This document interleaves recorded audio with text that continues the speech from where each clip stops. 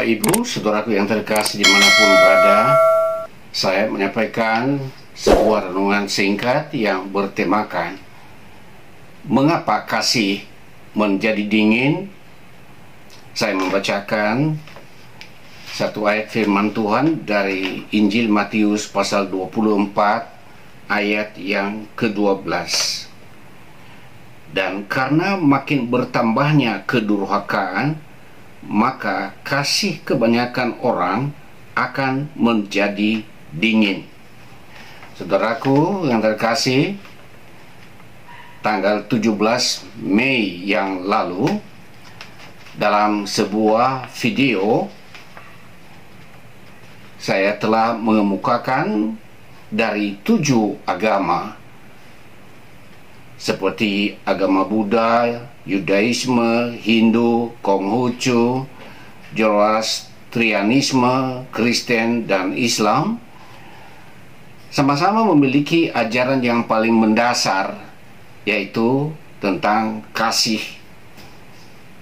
Namun dalam kenyataannya kita melihat apa yang terjadi dalam hubungan manusia dengan sesamanya di bawah kolong langit ini.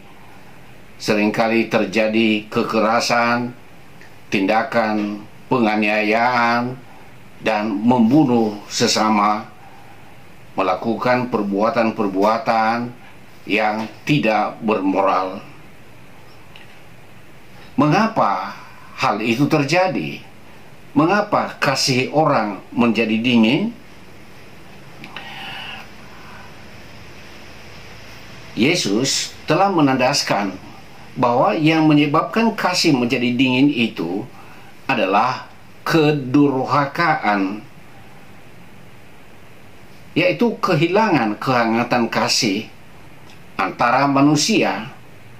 Kedurhakaan itu bisa disebut dengan tindakan amoral, tindakan yang tidak mengindahkan nilai-nilai moral. Berbicara tentang kedurhakaan atau perbuatan yang tidak mengindahkan kaidah-kaidah moral terjadi karena 4 hal yang paling utama. Yang pertama, bagaimana pemimpin rohani dalam setiap agama mendorong orang-orang yang dipimpinnya untuk melakukan perbuatan kasih. Ini sangat bergantung kepada pengaruh pemimpin. Kalau pemimpinnya itu mendorong tindakan-tindakan kekerasan terhadap sesama karena ada perbedaan keyakinan, maka sudah pasti pengikut-pengikutnya cenderung melakukan tindakan kekerasan, tindakan yang dapat menghilangkan nyawa sesama, dan tidak tertarik untuk berbuat kasih. Contohnya, bila mana pemimpin rohani itu berkata bahwa bom bunuh diri itu sah, atau membunuh orang kafir itu juga sah.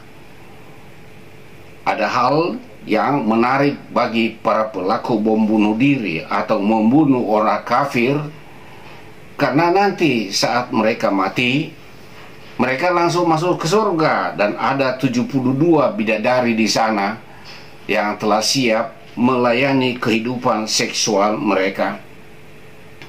Jadi ini sangat tergantung kepada bagaimana pemimpin rohani itu mengarahkan umat yang dipimpinnya, mendorong untuk berlaku kekerasan atau mendorong untuk berbuat kasih.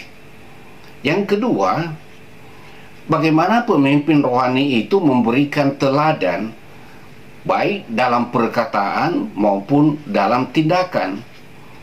Kalau pemimpin rohani itu cenderung menggunakan kata-kata yang tidak bernada kasih, tetapi kata-kata kasar yang memaki, menghina, menista, atau melakukan tindakan fisik seperti memukul atau menggunakan orang lain untuk melakukan tindakan kekerasan, maka umat yang dipimpin ada kecenderungan mengikuti gaya hidup pemimpinnya, karena bagi mereka pemimpin itu adalah seseorang yang bisa diteladani. Yang ketiga, bahwa manusia hanya jadi pendengar dari ajaran-ajaran agama, dan mereka tidak menjadi pelaku-pelaku firman. Dan karena itu mereka juga tidak dapat menjadi pelaku kasih. Ini ada hubungannya dengan apa yang dikatakan Yesus seperti ditulis di dalam Injil Matius pasal 23, tatkala Yesus mengecam ahli-ahli Taurat dan orang-orang Farisi. Kenapa? Karena mereka hidup dengan penuh kemunafikan. Makanya dikatakan, Yesus berkata, celakalah kamu, hai orang-orang munafik.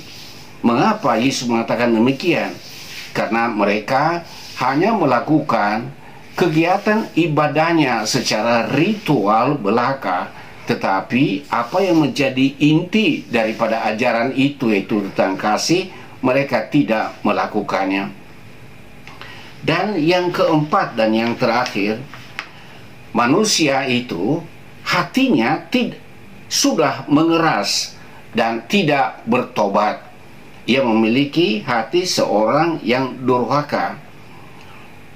Ada orang-orang yang memang sudah bulat hatinya untuk mengikuti iblis, karena pikirannya nanti juga masuk ke dalam neraka, hidup pengikutnya akan aman di sana. Mereka berpendapat bahwa sangat tidak mungkinlah orang yang berdosa ini bisa masuk ke surga. Nah, kalau masuk ke neraka, yang menjadi penguasa di neraka itu adalah iblis yang bernama Lucifer. Jadi kalau di dunia ini kita sudah ikut iblis, maka masuk neraka juga nanti akan aman di sana, karena bos kita di sana, penguasa yang ada di neraka itu adalah iblis. Dan ini merupakan ajaran-ajaran yang sesat. Saudaraku, saya membantu pelayanan di Gereja Bethel Indonesia, Jemaat Rumah Kasih. Namanya Rumah Kasih. Bila mana dari 7 agama yang telah saya sebutkan tadi ini mengajarkan tentang kasih dan mempraktekannya sebagai teladan bagi umat, dan umat pun tidak hanya mendengar tetapi menjadi pelaku-pelaku kasih, maka apa yang terjadi? Dunia ini bagaikan rumah kasih bagi umat manusia. Kasih menjadi dingin karena kedurhakaan, karena merosotnya nilai-nilai moral.